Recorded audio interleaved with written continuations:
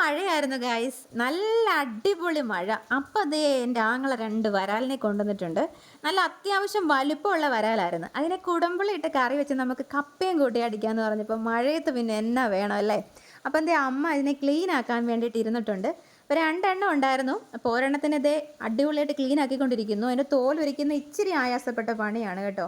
എനിക്കിതിനെ വെട്ടാനൊന്നും അറിയത്തില്ല. അമ്മയാണ് പൊതുവേ ഈ മീനുകളൊക്കെ വെട്ടിത്തരാറ്. അപ്പം അമ്മ വെട്ടിക്കൊണ്ടിരിക്കുകയാണ്.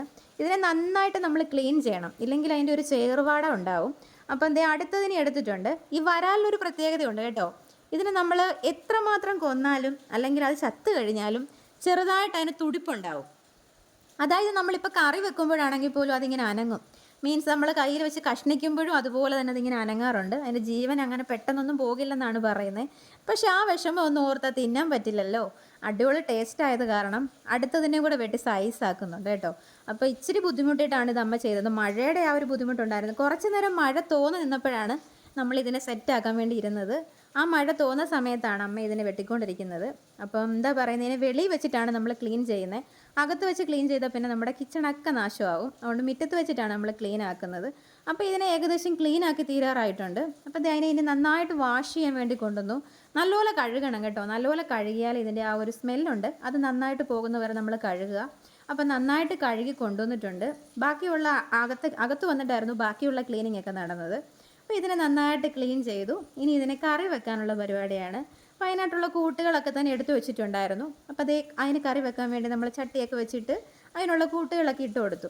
ഇനിയിപ്പോൾ ഇന്ന് വരാലിലൂടെ ഒരു കറിയും കൂടെ, വേറൊരു കറിയും കൂടെ ആകണമെന്നുള്ള ചിന്തയൊക്കെ ഞങ്ങൾ മാറ്റി വെച്ചു കേട്ടോ.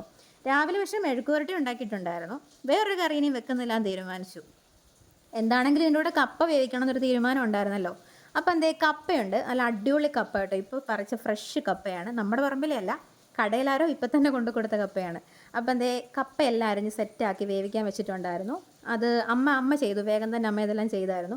അമ്മ അതിനെ ഇളക്കി കൊടുക്കുന്നുണ്ട്. നന്നായിട്ട് പുരട്ടി കൊടുത്താൽ കപ്പയുടെ ടേസ്റ്റ് നന്നായിട്ട് കൂടുമെന്നാണ് പറയുന്നത്. നല്ല വേവുള്ള കപ്പയായിരുന്നു. അതായത് ചില കപ്പകൾ വേകാതെ കിടക്കുമല്ലോ, ഇതിപ്പോൾ നന്നായിട്ട് വെന്തുടഞ്ഞ് കിട്ടിയിട്ടുണ്ട്. അപ്പം നമ്മൾ അതിനെ നല്ലതായിട്ട് അരപ്പുമായിട്ട് മിക്സ് ചെയ്ത് കുഴച്ച് നല്ല അടിപൊളിയാക്കി എടുത്തിട്ടുണ്ട് കേട്ടോ.